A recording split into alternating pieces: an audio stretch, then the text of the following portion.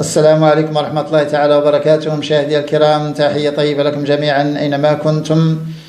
فكان الناس من قبل يصابون كذلك بزكام وبنزلة برد وبأنفلونزا في فصل الشتاء، وكانت هذه الأشياء عادية جدا، لكن الناس من قبل كانوا يستعدون لفصل الشتاء وكانوا يحسبون له 1000 حساب، لأنهم كانوا يعلمون أن فصل الشتاء هو فصل الزكام، وفصل الشتاء دائما تكون فيه أعراض مثل سيلان الأنف والكحة والرعشة وارتفاع الحرارة. فهذه الأعراض دائما تكون في فصل الشتاء، لأن فصل الشتاء يشتد فيه البرد وتكون فيه أمطار وتنخفض الحرارة وتكون فيه ثلوج كذلك، وهذه العوامل تجعل الناس يصابون دائما بزكام وبنزلة برد. ولذلك كانوا يستعدون لفصل الشتاء وكانوا يعولون على أنفسهم، كانوا يعتمدون على أنفسهم وكانوا يبحثون عن الحلول بأنفسهم، لأن ليس هناك مستشفيات ولا صيدليات. فنحن الآن لا نبحث عن الحلول لأن هناك مستشفيات وصيدليات، وأصبحنا لا نعول على أنفسنا، أصبحنا لا نعتمد على أنفسنا، لكن أصبحنا نعتمد على المال، على أشياء جاهزة نبلعها. فكان الناس من قبل يعتمدون على المناعة بدون أن يشعروا، كانوا يعتمدون على النظام الغذائي فقط، وهذا النظام الغذائي كان طبيعي بطبخ المنزل، وكان فيه أشياء كثيرة، وكان فيه أشياء موسمية، أشياء تخرج في الفصل. لما يكون النظام طبيعي وطبخ المنزل ومتكامل في كثير من الأشياء وسنتكلم عن ذلك، فطبعا هذا هو النظام الذي يرفع المناعة، وهذا هو النظام الذي كان يعتمد عليه الناس من قبل، كانوا يعتمدون على المناعة بدون أن يشعروا. فطبعا كانوا يجمعون الحطب في فصل الصيف ليستدفئوا به فصل الشتاء، وكانوا ينسجون كذلك ثياب من الصوف يلبسونها في الفصل البارد، وكذلك أغطية من الصوف. لكن بالنسبة للمناعة فكانوا يعتمدون على النظام الغذائي فقط لمواجهة هذه الأعراض. فكانوا يستهلكون الخضر التي تخرج في فصل الشتاء، ويستهلكون الخضر التي لديها مذاق لاذع. جميع الخضر التي لديها مذاق لاذع فهي تحتوي على الفيتوستروجين وعلى مكونات كبريتية، وهذه المكونات كبريتية هي التي تطهر الجهاز التنفسي. والفيتوستروجين يسخن الجسم، ينشط النظام الهرموني ويسخن الجسم. فهذه الخضر هي البصل والثوم والكرات والخرشوف، هذا الأرض الشوكي، والسكم، هذا الأسبراغوس، كذلك الكرفس واللفت بجميع أنواعه، اللفت الأصفر واللفت الأبيض واللفت المر، وكذلك الكرنب. جميع الخضر التي لديها مذاق لاذع كانت تستهلك في فصل الشتاء، وهؤلاء لم يدرسوا في جامعات، وكانوا لا يعرفون، لا يقرؤون ولا يكتبون، لكن كانوا يعرفون كيف يعيشون. فكل هذه الخضر تحتوي على مكونات كبريتية، مكونات طيارة، هذه تنظف الجهاز التنفسي، وكذلك تحتوي على الفيتوستروجين وعلى فلافونويدات وبوليفينولات، هذه المضادات للأكسدة. وهذه هي الخضر القوية. والبقول التي تخرج في فصل الشتاء كذلك، الخبيزة والحرقة والسلق، هذه الحميضة، هذا الأسبراغوس، هذا السكوم، كذلك هذا الخردل البري. الخردل البري يكون في آخر فصل الشتاء. وكذلك أشياء أخرى كثيرة تنبت لوحدها، هذه النباتات البرية، نباتات غابوية، كان يجمعها الناس ويستهلكونها في الفصل البارد، أشياء التي تخرج في فصل الشتاء. فانظروا، أول مكون الخضر التي كانت تستهلك هي الخضر التي تحتوي على هذه المكونات القوية، وهي كذلك ترفع المناعة، هذه الخضر. ثم كانوا يهيئون أشياء في فصل الصيف ويخزنونها لفصل الشتاء.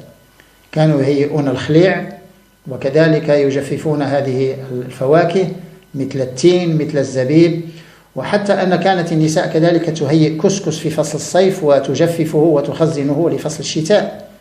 انظروا كيف كان الناس يعيشون، كانوا يعولون على أنفسهم، وكانوا يجففون بعض الأعشاب في فصل الصيف، آخر فصل الربيع وفصل الصيف يجففون بعض الأعشاب، كذلك يقومون بتخزينها لتنفعهم في الفصل البارد، لأنهم يستعملونها في فصل الشتاء. فالخضر التي لديها مذاق لاذع، واستهلاك البقوليات، الفول والحمص والبازلاء الجلبانة هذه، كذلك العدس والفاصولياء. ثم استهلاك نشويات، كان الناس يستهلكون الذرة، الآن ذرة، وكذلك الدخن، هذا يلان، في المغرب نسميه يلان، الدخن. يعني لماذا؟ لأن الذرة والدخن هو يعني يسخن الجسم، هذه حبوب قوية يعني أقوى من القمح.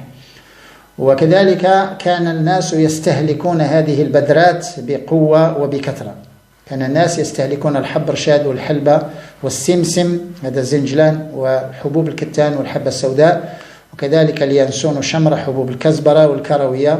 هذه الأشياء كانت تستهلك في فصل الشتاء. لماذا؟ لأن هذه البذرات هي أول مصدر للفيتوستروجين، والفيتوستروجين يسخن الجسم ويرفع المناعة.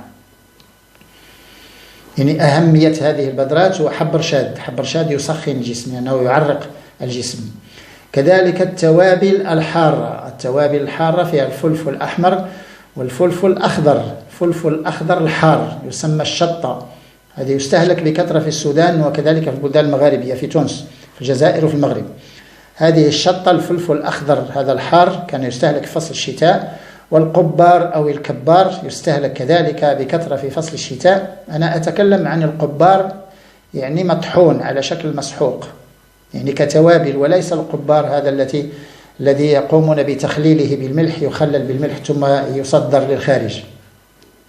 القبار كذلك يجفف ويطحن ويستعمل كتوابل، وهو أحسن استعمال. وكان يعني الناس يستهلكون هذه التوابل الحارة في فصل الشتاء، وهي هذه الزنجبيل والخلنجان والكركم، وهذه الشطة، الفلفل الأخضر حار والفلفل الأحمر حار، وكذلك يعني هذه الأشياء الأخرى حسب يعني الذين ليس لديهم مشكل على مستوى الجهاز الهضمي. كان الناس من قبل كانوا يستهلكون هذا الإبزار، هذا الفلفل الأسود وفلفل الأبيض، يعني بكمية قليلة، يعني لم يكن يؤثر على الناس. لكن الآن الناس لا يقدرون، لأن كثير من الناس لديهم مشاكل على مستوى المعدة وعلى مستوى القولون، فلا يقدرون الآن على الفلفل الأبيض والفلفل الأسود. لكن الأشياء الأخرى لا تضر الناس، مثل القبار، هذا الكبار، ومثل الكبابة، ومثل هذا كذلك هذا حب العزيز، وهذه التوابل مثل الزنجبيل كذلك، والخلنجان والكركم، شيء من القرفة، ثم قليل من القرنفل، وهذه البذرات. الأشياء التي تسخن الجسم هي الأشياء التي تنشط النظام الهرموني، ولا يحس الناس ببرد ولا برعشة ولا بأي شيء. التوابل الحارة، البذرات، البقوليات، استعمال الخضر التي لديها مذاق لاذع، كذلك البقول الخضراء التي تخرج في فصل الشتاء، يعني هذه الحميضة، الخبيزة، وهذه الأشياء. ثم كذلك بعض الأعشاب التي تشرب في فصل الشتاء، وهي الشيبة. كان الناس يشربون الشيبة في فصل الشتاء، هي التي كانت تنفعهم ولا زالت طبعا. والشيبة في المغرب موجودة متوفرة، ويعني كانت تباع بثمن يعني زاهد جدا أو لا تباع. الشيبة تستهلك في فصل الشتاء، والشيبة مهمة جدا في الفصل البارد، وحتى الأطفال يعني كانت تعطى للأطفال مع الحليب، تغلى مع الحليب وتعطى للأطفال يعني لما يكون الأنف يسيل. وكذلك هذه الكحيلة كانت تعطى للأطفال مع الحليب لما تكون كحة. وشيء هذه الأعشاب أخرى لا أتكلم عنها، أنا أتكلم عن الأعشاب الغذائية التي يمكن أن يستهلكها الناس، وهي موجودة ومتوفرة. ثم شراب الزعتر كذلك يستهلك في الفصل البارد يعني، ولكن تبقى الشيبة، هذه الشويلة. الشيبة هي يعني بالفرنسية لابسانت، وبالأنجليزية الورموود. هذه الشيبة هي يعني عشبة غذائية، بقلة غذائية تستهلك في فصل الشتاء وتستهلك على شكل شراب. وكان المغاربة يستهلكونها مع الشاي عوض نعنع.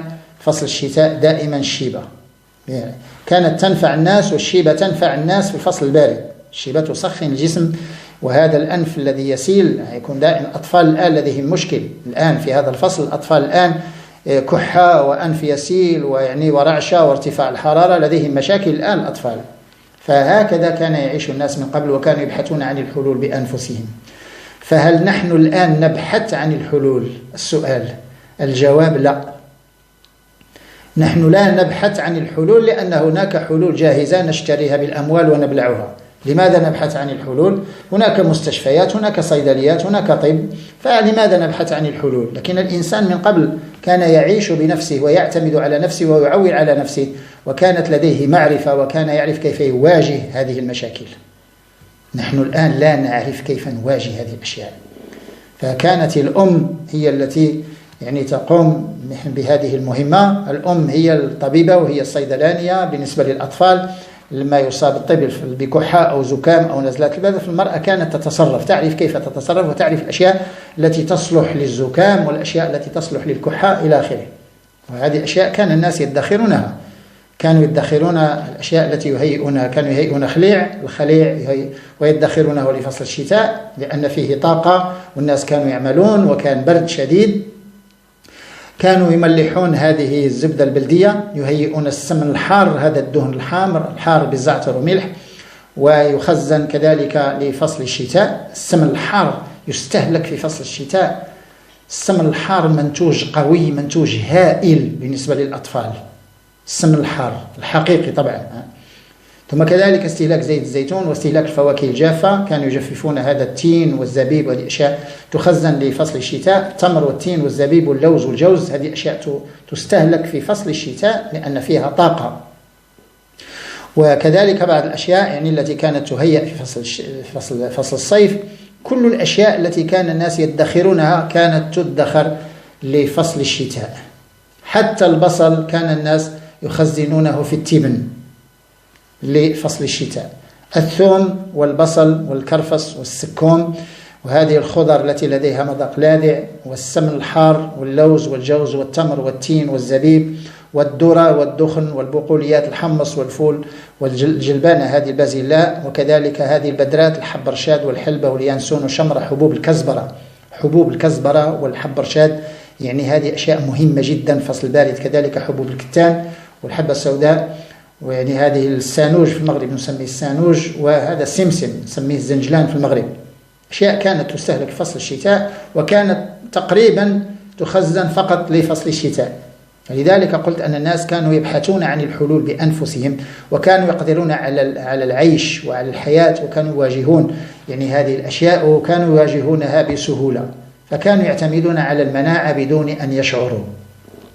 فإذا قارنا يعني هذا النظام الغذائي، إذا قارنا هذا النظام الغذائي مع النظام الغذائي الحالي، والناس كلهم الآن لديهم كحة وزكام ونزلة برد وأنفلونزا الآن في فصل الشتاء، يعني نسبة عالية الآن هذه السنة. لماذا؟ لأن هذه السنة هناك تغير في درجة الحرارة، فبالنهار تكون شمس، بالليل تكون يعني برد، ولذلك أصيب الناس الآن بنزلة برد وبزكام وبأنفلونزا، ونسبة كبيرة الآن من الناس كلهم الآن مشكل. الأطفال لديهم كحة الآن، لديهم كحة ولديهم أنف يسيل ولديهم أشياء الآن مصابين بهذه الأعراض. هذه الأعراض التي كانت من قبل عادية جدا، الآن الناس لا يعرفون كيف يتصرفون معها. فهل النظام الغذائي الآن الذي يحتوي على خبز أبيض وعلى بطاطس مقلية في الزيت وعلى يعني أشياء، على لحمة مطبوخة مع أشياء، فهل هذا النوع على بيتزا وعلى هذه يعني وجبات سريعة وعلى بسكويت وكعكات، فالناس يفطرون ببسكويت في الصباح وقهوة، بسكويت وقهوة، ويقول أنه أفطر، ثم في الأخير يقول أنا بصحة جيدة. أنا لا أظن.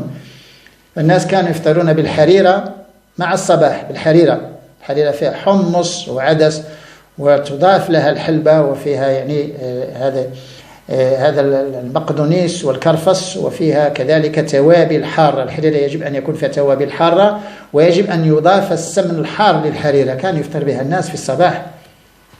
هذا فطور قوي وليس بسكويت وقهوة. أنت تفطر بكعكة وبسكويت وهذه كرواسون وهذه خبائز وقهوة وتقول أنك أفطرت. يعني نقارن النظام الغذائي من قبل النظام الغذائي الآن. فيعني كان الإنسان من قبل النظام الغذائي كان كافي للمناعة، وكان كافي للإنسان كي يقاوم هذه الأمراض.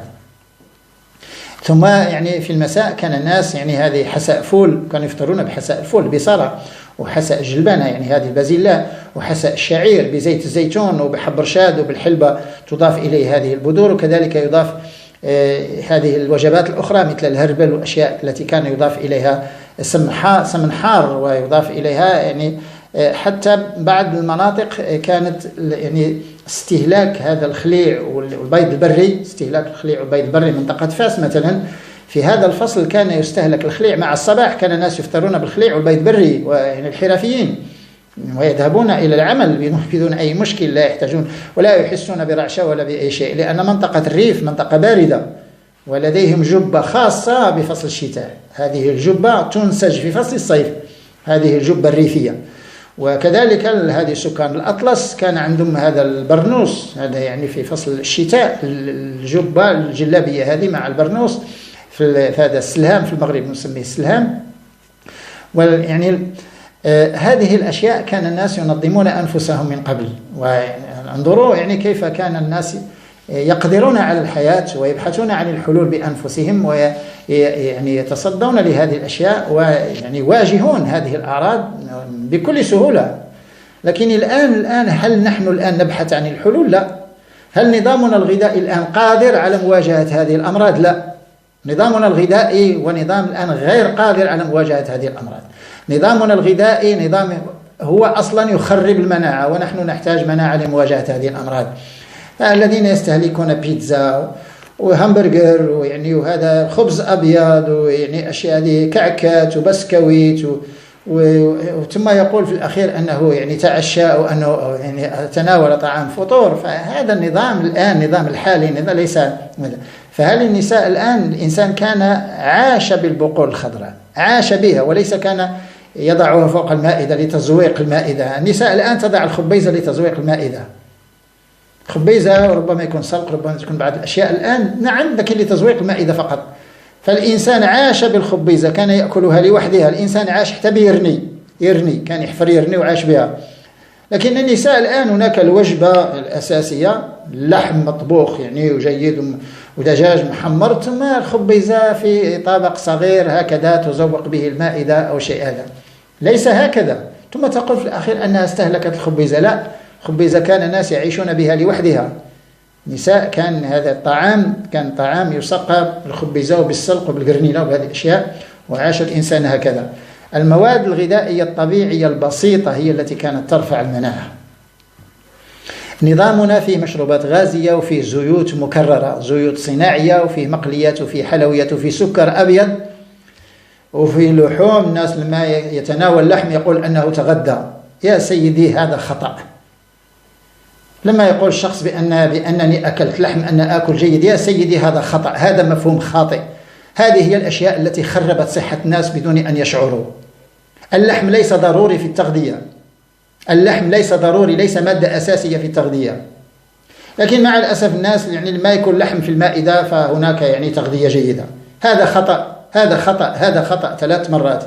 لكن كان الناس يعيشون بأشياء بسيطة. لم يكن هناك أنيميا، نقص الحديد، لم يكن هناك نقص الفيتامين دي، ولا نقص حمض الفوليك، ولا نقص المغنيسيوم، ولا نقص الكالسيوم، ولا نقص الطاقة. وكانت قوة الإنسان كان يرفع الحجر ثقيل، وكان يبني يعني هذه الأشياء بحجر كبير، وكان يحرث الأرض، وكان يعني يحفر بالفأس. لم يكن يستهلك لحوم يوميا، لم تكن لديه نقص، لم يكن لديه أي نقص في هذه المكونات. فالناس الآن لحم يوميا والمائدة مملوءة، ومع ذلك لديهم نقص الحديد ونقص الكالسيوم ونقص حمض الفوليك ونقص الفيتامين دي ونقص كل شيء، وليس لديهم قوة وغازات ومشاكل ولا ينامون وألم رأس إلى آخره.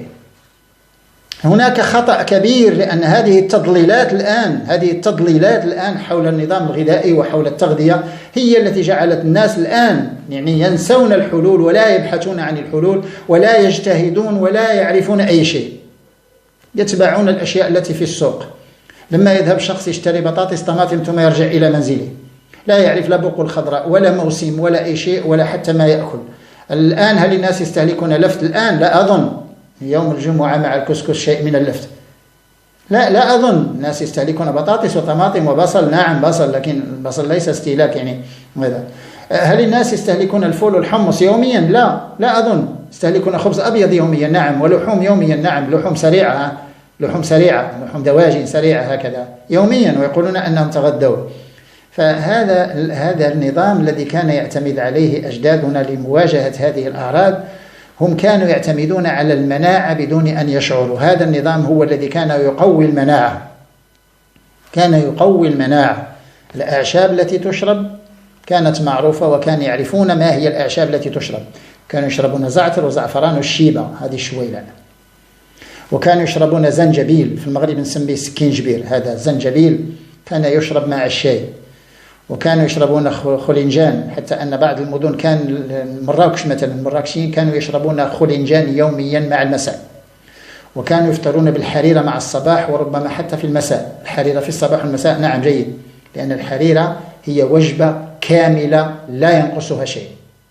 الحريرة وجبة كاملة لا ينقصها شيء، فيها بروتين، فيها كربوهيدرات، فيها فيتامينات، فيها أملاح، فيها كل شيء.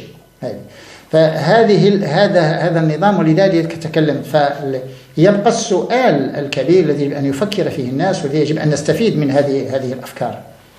نحن لا نبحث عن الحلول. إنسان من قبل كان يبحث عن الحلول، كان يعول على نفسه ولا يعول على أحد. نحن لا نبحث عن الحلول، نحن نعول على هذه الأشياء الجاهزة، ونقول بأننا في عصر متقدم، والتكنولوجيا والطب تقدم، وهناك مستشفيات وهناك صيدليات، ثم يعني لا نفكر في أي شيء، لا نعول على شيء. هذا هو المشكل، الفرق بيننا وبين الإنسان من قبل. وحتى من قبل كانت أمراض وكانت هذه الأشياء من قبل، لكن كان الإنسان يقدر عليها. نحن الآن لا نقدر عليها. الآن فصل الشتاء، الأطفال يعني نسبة عالية، من لم أقل جل الأطفال الآن مصابين بالكحة وبالأنفلونزا وبنزلة برد وبأشياء أخرى، ربما أشياء التي على بالكم. لكن هل النساء الآن، هل المرأة تفكر يعني ماذا تعطي للطفل؟ تغير له نمط العيش، تعمل له شوربة بالثوم. الثوم الآن، ثوم وزيت الزيتون. الثوم ينفع الأطفال، الشيبة تنفع الأطفال الآن. هل النساء تفكر في هذه الأشياء؟ لا. هل النساء الآن تفكر في حب رشاد في الأكل، حب رشاد في الشوربة، حب رشاد في الحساء، حب رشاد في هذه البصارة، في صلصة الفول؟ هل النساء تفكر؟ لا تفكر أصلا، لأنها تعول على الدواء. يعني أنا طفلي هو في فراشي، أعطيه دواء في الوقت 3 مرات في اليوم، تعطيه دواء من الصيدلية، وطفلي هو هناك، لكن لا تفكر في أشياء أخرى. نحن لسنا ضد الأدوية ولا ضد الطب أبدا. نعم، يقوم بكشف طبي ويشتري دواء، نعم، لكن هناك شيء آخر، وهو أن الإنسان فقد هذه الأشياء. يعني لا يفكر في الحل أصلا، لا يفكر ولا يبحث عن الحل. فإذا قدر الله وكان هناك أمراض ولم يكن الحل في الطب، لنفرض أن هناك مرض وليس هناك حل، هل نبحث عن الحلول أم نموت؟ فيعني فكروا جيدا. لا قدر الله كان هناك مرض بدون حل، بدون دواء، فهل نبحث وننقب ونسأل ونبحث عن الحل أم نموت؟ لأن ليس هناك دواء، نموت. هذه هي الأشياء التي يجب أن يفكر فيها الناس، وهي أشياء مهمة جدا وستكون أهم في المستقبل. أن يستيقظ الناس، أن يرجعوا لهذه الأشياء، أن يتعلموا، أن يفكروا، أن يبحثوا هم بأنفسهم عن الحلول. لماذا؟ لأن في المستقبل إما أن تقدر على الحياة وعلى العيش، وإما أن تكون يعني من الذين يتبعون ويبلعون ويستهلكون فقط. وهذه أشياء مهمة جدا، أن يفكر الناس في الحلول، ولو أن هناك حلول، لأن أصبحنا نعتمد على المال. طبعا نعتمد على المال. أنا لدي تغطية صحية وهناك مستشفيات وطب وصيدلية، نعم، وهذا هو الأشياء الذي أنسانا في الأشياء الأخرى. يجب أن لا ينسينا في الأشياء الأخرى. نعم، عندك تغطية صحية، عندك أدوية، عندك طب، عندك، نعم، جيد، نعم، لكن يجب أن تفكر في الأشياء الأخرى وأن لا تنساها، وأن تكون لديك كذلك ترى، وأن تقدر على الأشياء. في حالة ما إذا عدم الحل من الجهة الأخرى، فيجب أن يكون لديك على الأقل فكرة كيف تقوم بهذه الأشياء. وهذا هو المشكل. النظام الغذائي من قبل كان العامل الوحيد الذي كان يعتمد عليه الإنسان، لأنه كان هو المناعة. النظام الغذائي الآن أصبح لا يصلح لشيء. النظام الغذائي الحالي الحديث الآن لا يصلح لشيء. النظام الغذائي اللي فيه حلويات وكعكات وآيس كريم ومشروبات غازية ومقليات ولحوم سريعة وزيوت مكررة وأشياء، هذا النظام هذا النظام يعني لا يقدر على مواجهة هذه الأعراض وهذه الأشياء، لا يقدر. وهذا يبقى السؤال مطروح، أن يفكر الناس في الحلول. هل الناس يفكرون في حلول أخرى؟ لا. ويجب أن يبدأوا يفكرون في هذه الحلول، وأن يتعلموا هذه الأشياء، وأن يبحثوا بأنفسهم، وأن يسألوا آباءهم وأجدادهم لما لا؟ فالمرأة من قبل كانت تسأل جارتها وتسأل أمها وتسأل جدتها وتسأل أختها. المرأة الآن لا ترضى أن تسأل، أنها تقوم مع 12 في الليل لما الطفل ترتفع الحرارة تأخذه بالسيارة إلى المستعجلات إلى الطوارئ، ثم تذهب إلى الصيدلية الليل، ثم تأخذ الدواء، ثم تأتي به. هذه الأشياء التي تقدر عليها. لكن أن تضيف الحلبة للخبز أو تضيف هذه الحبة السوداء للخبز، وأن تضيف ثوم وزيت الزيتون للشربة الخضر للطفل، ربما لا تفكر فيها. يعني فالمرأة من قبل كانت تدق الثوم فقط. الثوم الآن يستهلك، الثوم ينفع الفصل البارد. كانت النساء تدق الثوم بالمهراس، هذا من نسميه في المغرب المهراس، كانت تدق فيه التوابل، هذه التوابل كانت تدق في هذا المهراس. فالمرأة كانت تدق الثوم، هذا الثوم في هذا المهراس، وتأخذها وتضعها في زيت الزيتون. رأس كبير من الثوم يدق ويوضع في كأس كبير من زيت الزيتون، يترك هكذا لمدة 6 ساعات أو يعني النهار كله، ثم يصفى على توب ويوضع في قارورة. وكانت المرأة تهيئ هذا السيروب، هو سيروب أنسيغو، هذا السيروب يعني هذا المحلول تهيئه بنفسها، محلول طبيعي للكحة. لما يصاب الشخص بكحة يأخذ منه ملعقة كبيرة من هذا. هكذا كانت تعمل النساء. كذلك النساء كانت تعمل حب رشاد مع الحليب للطفل لما يكون الأنف يسيل، ثم كانت تعمل شيبة مع الحليب أو شيبة مع ماء أو مع شاي، لكن شيبة مع الحليب للطفل نعم جيد. هكذا يعني المرأة كانت تتصرف، كانت تعرف كيف، يعني كانت لديها معرفة ولديها ثقافة في هذه الأشياء يعني. وهذه أشياء ستساعدنا، يجب أن لا نتجاهل هذه الأشياء. هذه أشياء ستساعدنا كثير. أشياء التي يقوم بها الناس في منازلهم وهي أصبحت منعدمة، لا يقوم الناس بأي شيء، وحتى أنهم لا يشترون هذه الأشياء لمنازلهم ولا يدخرون أي شيء. كم من منزل الآن فيه سمن حار، هذا الدهن الحار، السمن البلدي. كم من منزل الآن يعني يدخر لوز وجوز وتمر وتين وزبيب وأشياء. كم من منزل الآن يدخر فول وحمص وعدس وهذا دخن وذرة. كم من منزل. نعم هناك من الذي هذه الأشياء، بوادي مثلا أشياء، لكن في المدن هل لا، لأن هناك السوبر ماركت. فالمرأة تذهب مع زوجها يوم الأحد للسوبر ماركت، يشترون بسكويت، حلويات وكعكات ومشروبات غازية، ويشترون جبن ونقانق، ويشترون يعني أشياء، ثم يضعونها في المنزل. ثم يعني الطفل تقطع هذه النقانق تضعها في الخبز للطفل وتعطيه خبز أبيض زائد نقانق يساوي سرطان. ثم في الأخير نقول لماذا طفلي أصيب بالليمفوميا، لماذا طفلي لديه مشكل، لماذا لديه أنيميا، لماذا لديه غازات. فالنظام الغذائي يبقى هو العامل الأساسي، وهو العامل الذي يجب أن يفكر فيه الناس وأن يتعلم الناس هذه الأشياء كذلك. لماذا كان الإنسان لا يقرأ ولا يكتب، وكان ينظم نفسه أحسن منا، وكان يبحث عن الحلول، وكان يعيش أحسن منا، وكانت الحياة لديها مذاق، الحياة لديها طعم، لأن النساء كانت تشم رائحة الطبيخ، وكانت تهيئ أشياء وتحضرها. يعني النساء كانت يعني تهيئ كسكس في فصل الصيف تجففه ويخزن لفصل الشتاء الآن. لكن الآن يعني الصناعة وأشياء جاهزة، ويعني والمرأة أصبحت مع الأسف الشديد بدون معرفة، وهذا شيء خطير، لأن هذه هي أهمية المرأة. أهمية المرأة هي أن تكون في المركز المجتمع. المرأة هي مركز، هي محور. فإذا كانت المرأة لا تعرف هذه الأشياء سنضيع، لأن معرفة المرأة هي ستحفظ المجتمع من هذه الويلات. فقط معرفة المرأة، لما المرأة تكون لديها معرفة، لما لا يعني هذه المعرفة ستوظفها في المطبخ، ستوظفها في المنزل، ثم ستكون العائلة كلها بصحة جيدة والحمد لله بسلام. في حالة ما إذا وقع مشكل، فطبعا هناك يعني الأدوية والصيدلية والطب، لكن هناك أشياء أخرى كذلك في المنزل.